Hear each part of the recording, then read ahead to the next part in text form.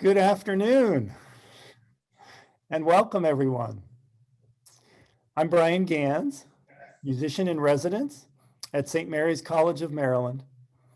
And on behalf of our music department, I am delighted to welcome you to Out of the Crucible, how Black composers combined their roots with the classical tradition, featuring pianist Jada Campbell. I invite you all to be thinking of questions you might like to ask Jada throughout today's program. And then toward the end of the hour, please go ahead and type them in the chat box. And when Jada finishes her presentation, she will field as many of your questions as time allows for. Also, a live transcript of the program is available for those of you who would like that by clicking your live transcript or your CC button. And now it's my great pleasure to introduce Jada Campbell. Welcome, Jada, to St. Mary's College of Maryland. Thank you so much for having me. It's been a joy being your student for so long, and it's finally, I'm finally able to speak at St. Mary's, which you talk so fondly of. So thank you for having me again. It's wonderful to have you. And I'll say a few words now about Jada. Jada is a pianist particularly interested in performing solo works from the Black diaspora, and especially music by women composers. Jada has performed solo and chamber works throughout the United States, the Caribbean, France, and Italy. Jada is in her final year of undergraduate study at Johns Hopkins University, where she will receive a dual degree in piano performance at the Peabody Institute and in computer science at the Whiting School of Engineering. It's been a tremendous privilege and pleasure for me to get to know Jada as we have worked together at Peabody, as she is currently one of 2 students I teach there. And when it comes to music of the Black diaspora, I can assure you that I have learned far more from her than she has from me. I am thrilled to share her expertise and her beautiful playing with the St. Mary's College of Maryland community. So once again, welcome, Jada. Thank you. So Jada and I will have a brief conversation, sort of an interview, to, in a way, set the stage for her presentation today. And so my first question, Jada, is this. You've written, I love this sentence, you've written, quote, "In the early 20th century, many American composers who had been trained in European classical forms started to blur the lines between classical traditions and folk music from their roots. None did so more bravely, fiercely, or creatively than African-American composers," end quote. I love your use of the word fiercely in that sentence. Can you give us an idea why that was the right word for you? And can you also give us some examples of that fierceness? Of course. Well, I mentioned the word fiercely or fierceness because when we think about composers who incorporated parts of their culture into a classical form, I think there is an element of bravery and an element of fierceness to it.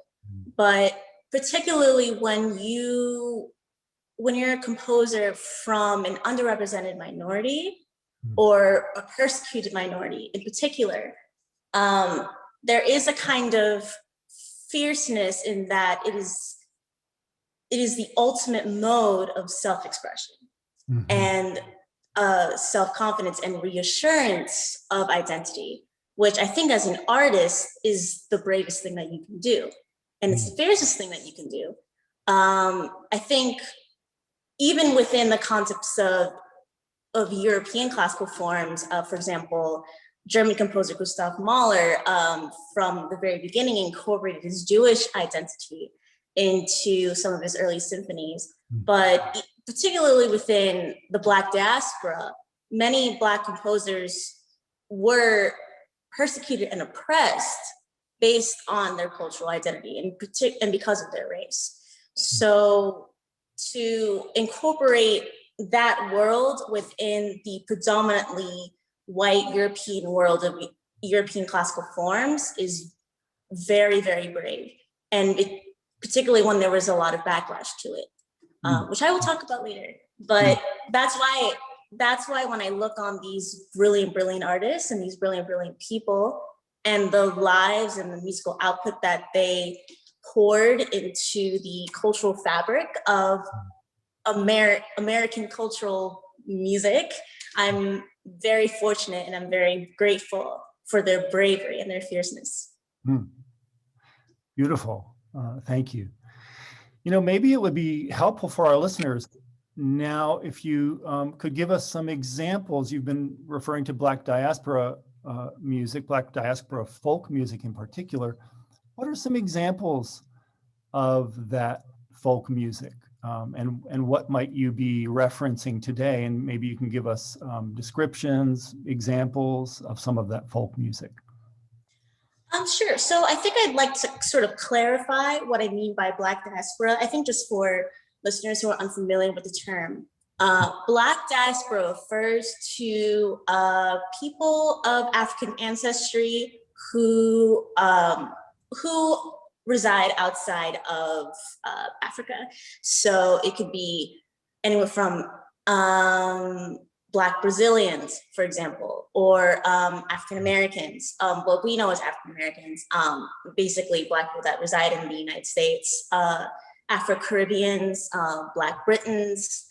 Basically, the term Black diaspora refers to people of African ancestry that are not born in Africa. So I think that's an important clarifier to make. But when it comes to cultural folk music that comes from the Black diaspora, that is composed and published within a European classical form, basically meaning like with classical instrumentation like the piano, violin, or any kind of orchestral instrument. Is usually published on sheet music. Those are what we would call like just European classical forms. That movement has only started within the last 50 years. There is a brilliant anthology written by Dr. William Chapman Nyaho that has, particularly for solo piano, 5 books on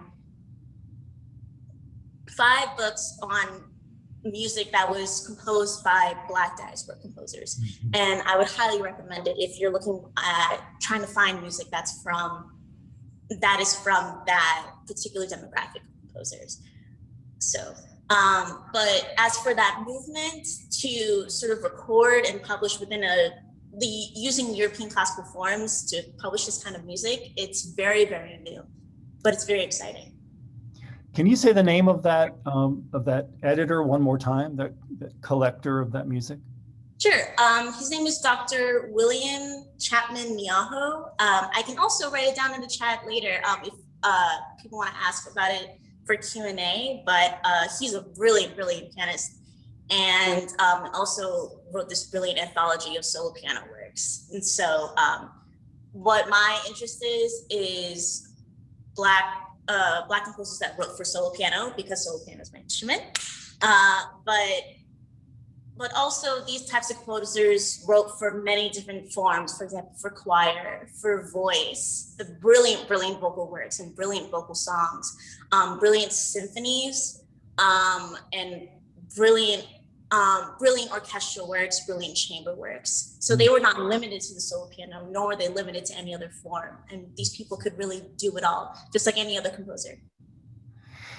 You know, you speak about this with so much passion. Can you share with us a little of your personal story that led to this passion?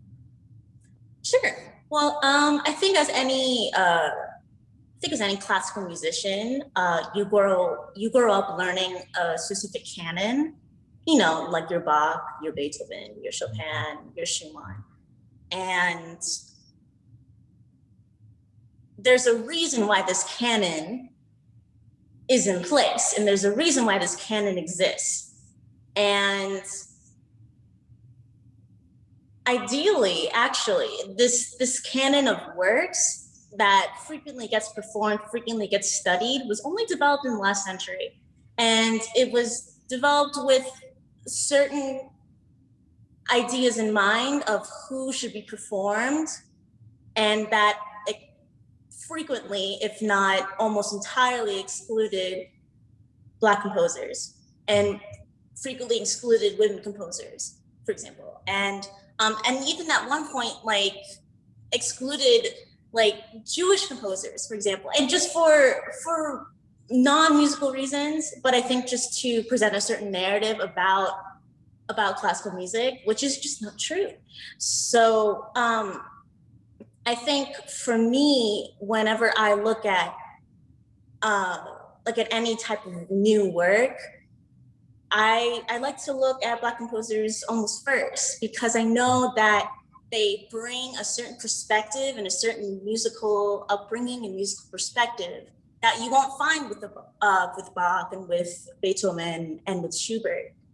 So, and I think it's important that these composers come to light. And I think it's my job as a musician and my job as an artist to represent these works, because I think that's important for any creator. Mm-hmm. It's important for any creator to do so and to uplift other creators. Mm. And may I ask, when did you first sense this sort of, if you will, colorful merging of Black folk roots with classical forms? In what composers and what works did this kind of mission have its genesis in you? Well, the history of Black composers is almost parallel with the history of European classical music. I mean, for example, Georges Chevalier is a very famous Black composer who composed during the time of Mozart. And but when we think about Black composers who incorporated their roots within a classical idiom, I think one of the first people to do it quite successfully is William Grant Still, who was considered the dean of African American composers in the United States. And he was really one of the first to incorporate the music around him with the music that he learned in an institution. Because I think for Black people, what we learn in an institution and what we learn from our family is very, very different. So for William Grant Still, he was really one of the first to do it quite successfully and to bring that tradition of merging these two ideas to a lot of his contemporaries, which included Full Lawrence Price, which I will talk about later. And this was in the beginning of the 20th century. Jada, there's so much richness in this topic and in this repertoire. We could clearly fill the whole hour with a conversation that would be fascinating, and it's already, profoundly fascinating, and there's a lot there. But I know our listeners have come to hear you speak about the two works that you're going to play, and above all, to hear you play them. So why don't we wrap up our conversation there, and perhaps we can resume it for a future session. And I would look forward to that immensely. So I will now turn things over to Jada Campbell and enjoy very much what you have to share and to perform for us. So let's see, I will remove myself here and take it away, Jada. Thank you very much, everyone, for your time and for joining me. And so I will start sharing my screen here. I have some visuals prepared for you all. So thank you for joining me for the title of my talk, which is Out of the Crucible. And I titled it Out of the Crucible for two reasons. One is more literal, and I think one has a more metaphorical meaning. So Out of the Crucible was the original title for Florence Price's piece, The Fantasy Negre, number 4 in B minor, and which I will be playing for you today. And Out of the Crucible is a Negro spiritual, and it was a Negro spiritual that Florence Price knew very well, and I think people in her community knew very well, and so she decided to incorporate this melody into her work. But so that's the literal meaning. And I guess the deeper meaning, when we think about Out of the Crucible, when we think of crucibles, we think of like, it obviously alludes to persecution. Obviously, The Crucible is a very important American play, and talking about the persecution of women in Puritan England in the 17th century. But Crucible talks about like persecution and oppression. So when we talk about Out of the Crucible, Florence Price perhaps took this particular Negro spiritual out of the many, many Negro spirituals for this particular piece, because I think she envisioned for a very long time a kind of personal and artistic freedom. So, and I think that idea of personal and artistic freedom can be applied to not just Florence Price, but many other Black composers. And so, so first I'll be talking about just folk music in general, and then transition into Jamaican composer Oswald Russell, and then I'll finish with the life of Florence Price. So as I start, I want to talk about how folk merged with classical. And so it's important to get kind of differentiator of an important definition of what is folk. Now, when you think about any culture, when you think about any tradition, every culture has a type of folk, and folk meaning any type of cultural artifact, whether it be music, whether it be song, dance, art, that defines a certain people. And the idea of folk and classical being two different genres is not new. And the idea of exploration of folk into transcribing it in using classical forms is also not new. For example, in the 19th century, a lot of European composers such as Franz Liszt and Chopin, for example, a lot of Romantic composers were very interested in taking folk elements into their works. But like I said before, for Black composers who were trained in particular European classical form, they also had this folk culture that they had to sort of live with and grew up with. And so they have this European classical training, and they also have this sort of Black folk and this cultural background. And so for the longest time, I think a lot of Black artists kept these two separate, you know, as they lived their careers and lived their lives. And it wasn't until the 1900s that composers, looking to sort of stretch their musical chops, if you will, decided to look at their own culture, and for sort of musical inspiration, if you will. So there are many Black composers that did this, but the first that I will probably focus on is composer Oswald Russell, who is a Jamaican composer. And so Oswald Russell is a Jamaican composer who looked at Jamaican folk music. And so this is kind of personal for me. I have Jamaican ancestry. I was born here in the US, but my family's from Jamaica. And so much like my family and myself, Jamaicans have this really rich cultural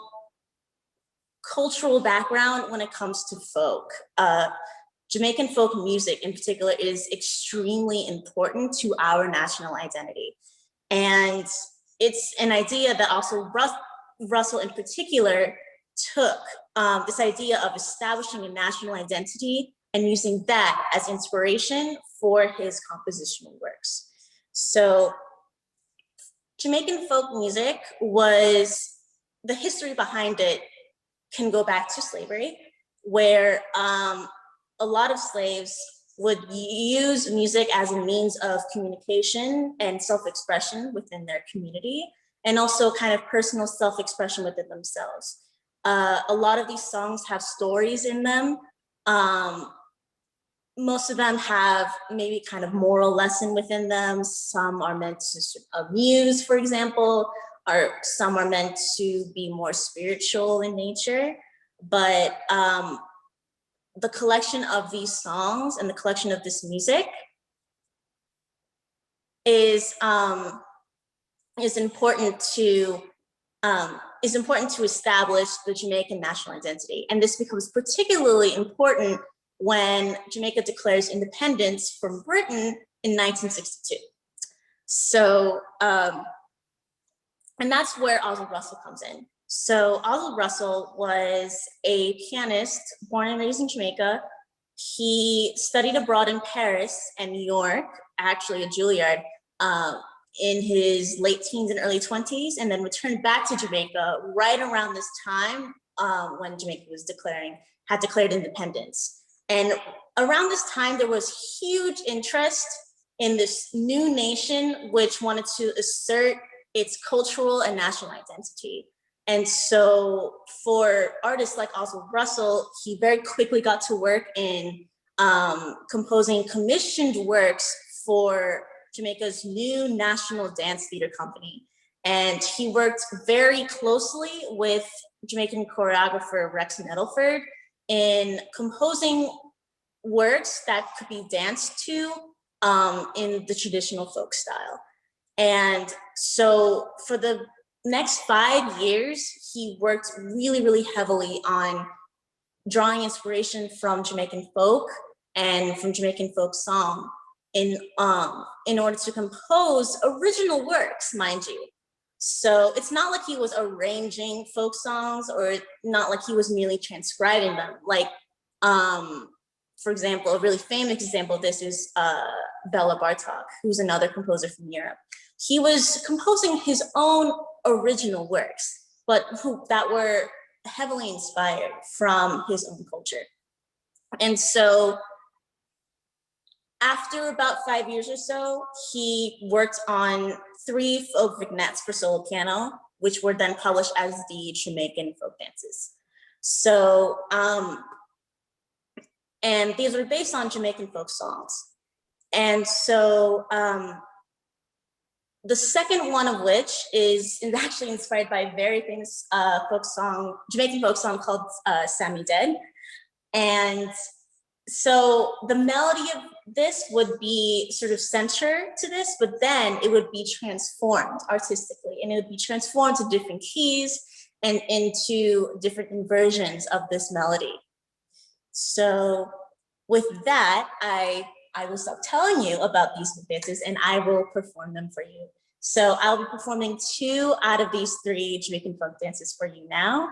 And I will show you what his compositional genius is behind these works. So thank you.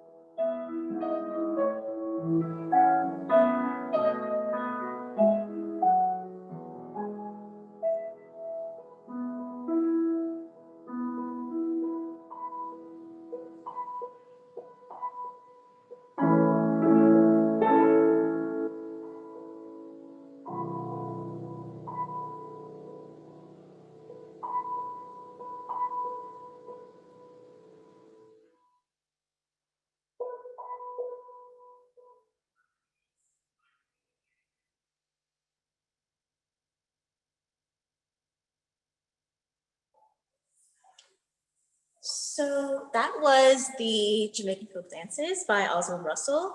And so that sort of concludes the first half of the talk, where I talk about Jamaican folk music and Oswald Russell. The next part, which I will share with you now, concerns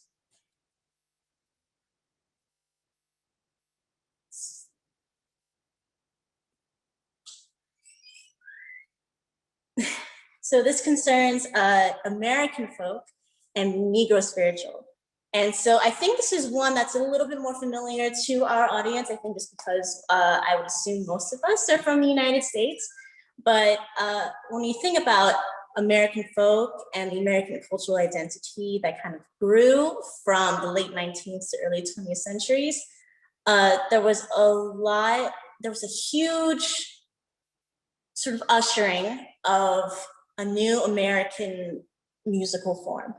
And it evolved after Reconstruction, when a lot of Southern Black people were using their newfound freedom to kind of establish a cultural identity for themselves. And a lot of this was very spiritual and religious in nature. For example, the African Methodist Episcopal Church, or the AME Church, was one of the first Black institutions that was established in America during Reconstruction. And it was through this that we got this idea of a Negro spiritual. And so Negro spirituals, they have a rich oral tradition dating back to slavery, where slaves that wanted to express or even write songs concerning Christianity or concerning God and nature, they would essentially write and pass down orally these songs, which are mostly religious in nature. And after Reconstruction, there was a huge move. I'm not sure if you remember from the history, but there was a huge move of African Americans from the South to the North, to a lot of states like Illinois, Ohio, New York, et cetera. And this was called the Great Migration. And one of the cultural destinations in the North after the Great Migration was Chicago. And I mentioned Chicago because that was the sort of residence for our next composer, which is Florence Beatrice Price. And so a bit more background on her. She was born and raised in Arkansas. And so she later got trained, got the same training in the New England Conservatory in Boston. And so she was trained in classical piano in Oregon. And so after teaching for a while back in Arkansas, she moved to Chicago. And this is important because Florence Beatrice Price actually was the first African-American woman to have a symphonic work commissioned by a major American symphony, which is, in this case, the Chicago Symphony Orchestra. And the work in question was her Symphony No. 1 in E minor, which is brilliant. It's a brilliant, brilliant work. If you haven't checked it out, I highly recommend you do so. But as well as symphonic and orchestral works, she also had a huge outpouring of solo piano works as well, which is particularly the Fantaisie Nègre, or the Negro fantasies in French. And so these 4 fantasies went unpublished in her lifetime. For a variety of reasons. I think it was very hard for a Black woman to be published at the time. But also I think these works are very personal to her. At least that's what I like to think. And they were very personal to her because I think they stretched this folk Negro spiritual melody. There are 4 distinct Negro spirituals that are featured in the 4 fantasies. And the compositional, these melodies are taken to a kind of compositional and artistic extreme. And so she was incorporating certain harmonies that were not typical for American composers, much less African-American composers at the time. And so I think that was why these works remained very deeply personal to her. And so that's why I say here, they're exemplar in merging the personal and the professional. By this, I mean the personal meaning Florence Price was a deeply religious person, and she incorporated elements of the Black church experience, arguably in her soul canon works, and particularly in her fantasies. And also the professional in the sense that she was trained in, again, that European classical form. So it's a merging of the personal and professional, much like the merging of Black folk and within a European classical context. So with that, I'll be performing the last of her fantasies, which is fantasy number 4 in B minor. And this was originally composed in 1932. And there were various versions of which the last was finished in 1934. And so I'll be performing this for you now. And so again, to reiterate the title of this talk, actually, the main melody comes from Out of the Crucible, which is a Negro spiritual. And so I think how she takes this very simple melody at the beginning and then transforms it afterwards is very interesting. And I think very much mirrors how she sort of took this idea of a fantasy, which is a romantic genre, romantic meaning from the 19th century. There are very famous European fantasies, the Schumann Ronder fantasy, the Chopin fantasy in F minor. And she's able to take this fantasy and incorporate it within her own identity to create a Negro fantasy, which is essentially her own genre. So with that, I present to you fantasy number 4 in B minor. Thank you.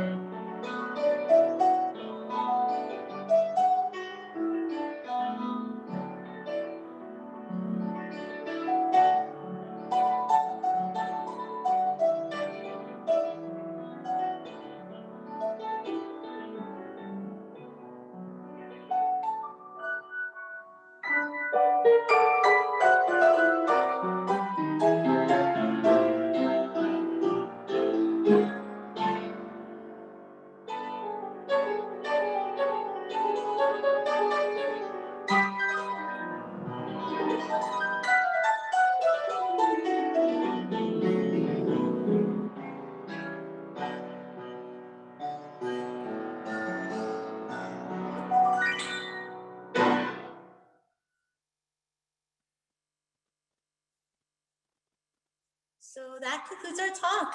And thank you so much for having me. And for some concluding remarks, I love these two composers with all my heart. And I think about the lives that they've led and the type of accomplishments that they've had over the course of their lives. And again, going to that quote of fierceness and bravery, I cannot think of any two braver individuals when it came to their artistic prowess and their artistic mindsets. And so I implore you to sort of take what I've said over the course of this hour and just listen to their voices and listen to what they want to say. And so with that, thank you for your time. And I'm willing to field some questions.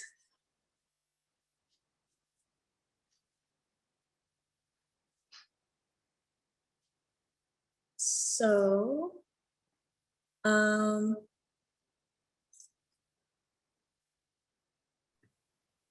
let's see.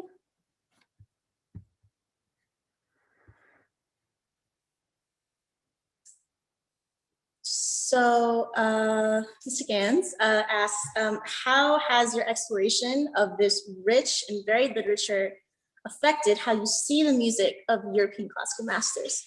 Well, I think it's safe to say that I think when comparing these two, I mean, a lot of them are from different times, of course. I mean, it's a little bit unfair, I think, to compare Florence Price to Mozart, for example, or to compare William Grant Still to Bach. But I think they're very similar in that they were important contributors to their own communities. And I think when we think about folk and our roots and how they instill in us a kind of moral value and cultural value that lead us to certain decisions, both in real life and musically. I think, like any composer, they sort of had these cultural moral values lead them to, and it's very much well displayed in their compositions. And so, if anything, I think studying Black composers has sort of enriched how I look at your typical Western canon. And then also I think it made me think like, wow, like we should really include these works. We should have a more inclusive canon. So I think that kind of answers your question. So,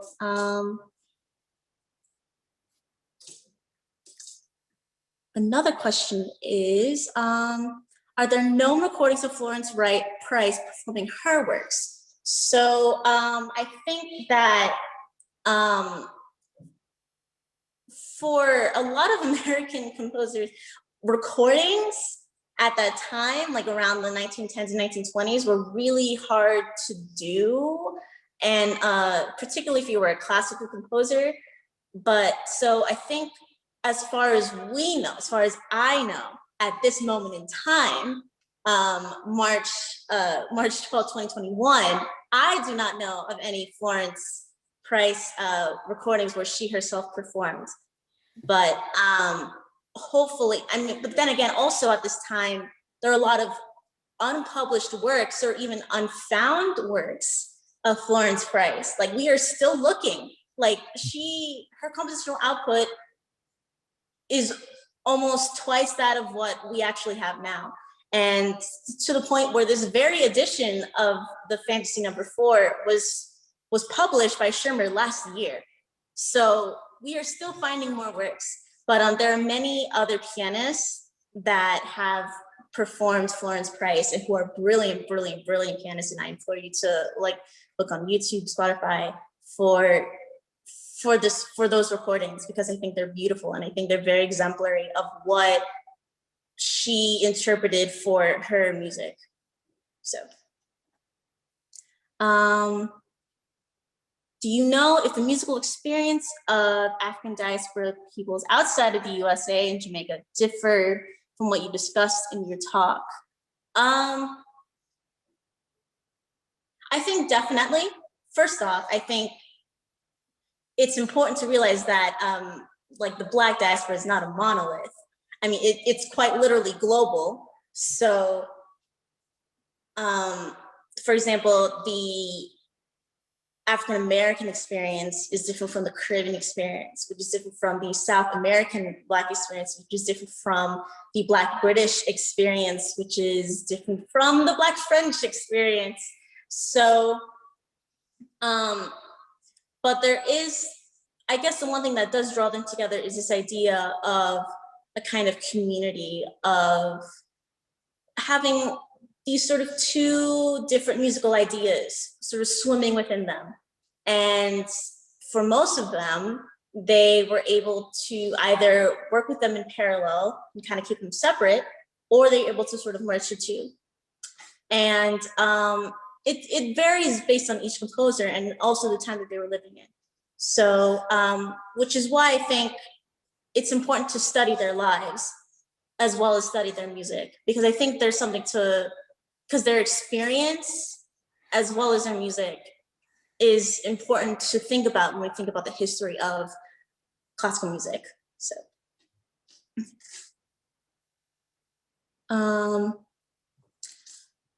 for the second piece that I played, does it sound to you like Florence Price is trying to speak to you or anyone listening to the music? If so, what do you think she's trying to tell you?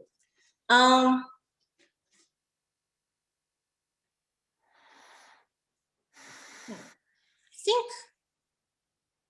think, well, no, this question is it's a very interesting question. I think for someone like me who has conservatory training, I think the standard answer is, well, we don't really know what they were trying to say unless they explicitly tell us. You know, it's very much like any kind of literature course, and like, well, Shakespeare wasn't trying to say this unless he actually explicitly told you. But when I look back on Florence Price's life, and what she wanted to express within her works, and the kind of harmonies that she was creating, the type of melodies that she was making,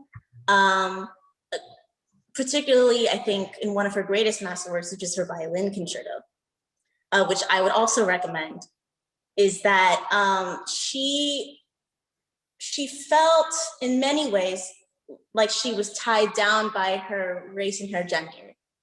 You know, and these were identities that she felt that they were inflicted upon her, you know, for no reason other than, you know, mere accident of birth. But I think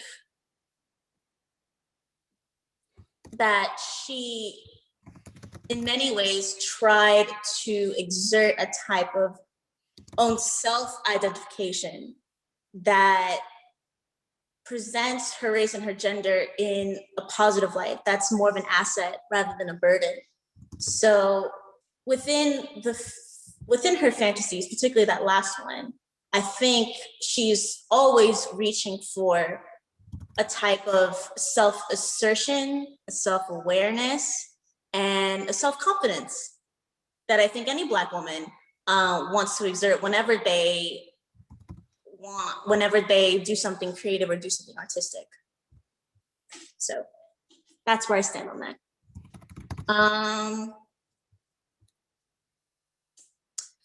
Have there been any big surprises along the way throughout your exploration of this literature? I think one thing is that when we think of a lot of Black composers, is that, especially around this time, is that they did a lot of vocal works, because a lot of these Negro spirituals, they're songs, right? So, and they have text, and so how they set these texts are very interesting. I mean, when you think about any Schubert Lee, I would argue that their settings of vocal songs by way of Negro spirituals like rivals any Schubert Lee. But I think the biggest surprise is how they take certain lines and certain vocal lines and certain vocal melodies and use various classical instruments in order to display them in a completely different color, a completely different timbre, a completely different instrumentation, in which just makes you see these folk songs in a completely different way and almost gives you a type of new appreciation for them. So for that, I'm very grateful. And it's been a huge surprise and a huge shock for me.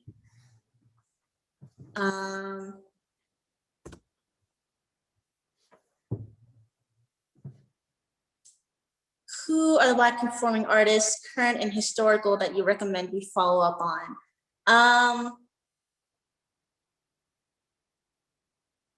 So I think what I always like about this question is that there really is someone for everyone when it comes to like what type of music, what type of classical music that you want. For example, like if you're looking for something more classical, meaning like from the 18th century, there's Georges Chevalier, which is often dubbed the Black Mozart, but is worth looking into. I mean, he's from the classical period. If you're looking for something more that's more experimental, there's Julius Eastman, who is a huge composer in terms of sort of extending the techniques of John Cage, for example, and has some really, really interesting pieces that are modern and take modern, postmodern. If you like something that incorporates folk and incorporates Negro spirituals, there's of course Florence Price, William Grant Still, T.J. Anderson, Marian Anderson, and those from the early 1900s. And there are, of course, current composers. I implore you to look at the kind of the students, the compositional students that are coming out with the works right now that are just brilliant and amazing and astounding. Because when you think about these kinds of works, a lot of times they're lost.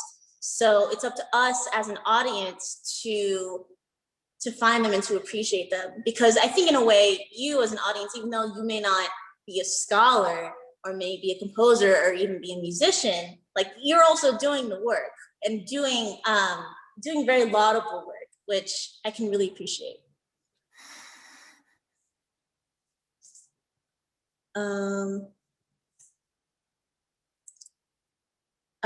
Another question is concerning the Oswald Russell piece. The song Sammy Dead originally was to an upbeat sort of ska beat, which I will explain later.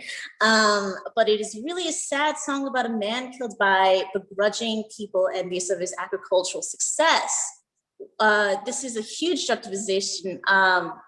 And I do agree. So the song Sammy Dead, which it's,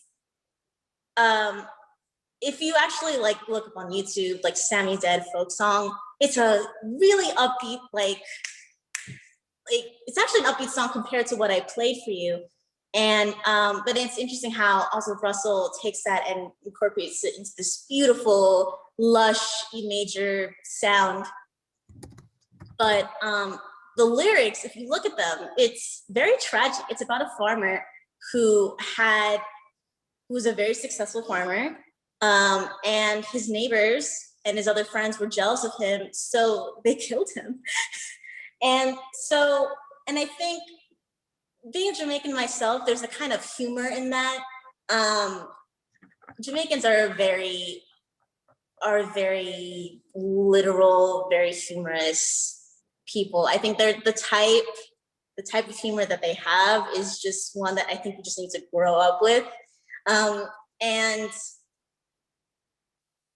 I think it comes from a history of oppression, right? Because slavery in the Caribbean was particularly awful and particularly brutal and particularly torturous, much akin to the kind of torture that was slavery in the United States. And I think as Afro-Caribbeans and as Jamaicans, I think what helped them survive that trauma, especially when they were emancipated, was taking these stories and presenting them in a sort of lighthearted way. It's kind of weird. Is trying to explaining it to like a non-Jamaican, but I think for Caribbeans, like what we've gone through as a nation and how we've survived, and not only just survived, but also thrived culturally, is something to be admired. And so I think that's why we have such a dark text set to such an upbeat song, which then also Russell takes and transforms into something very beautiful and very lush. So yeah.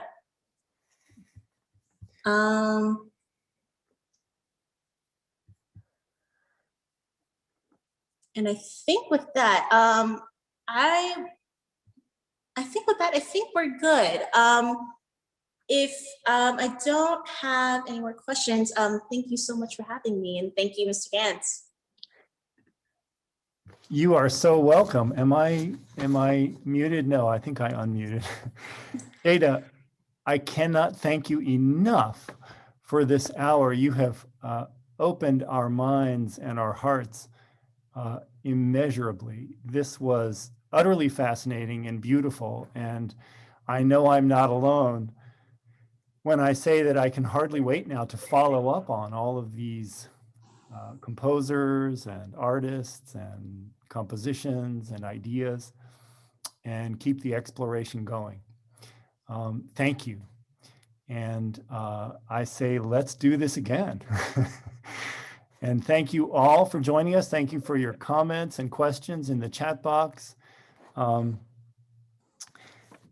I think we are ready to say goodbye. Oh, and I wanted also to be sure to thank our senior instructional technologist, Jennifer Falkowski, who has been so extraordinarily helpful in making this possible today. I have learned so much, and now look forward to sharing more music with the St. Mary's College of Maryland community in this way. So watch this space for further events and hopefully further events with Jada sometime in the future. And Jada, once more, a standing ovation from all of us.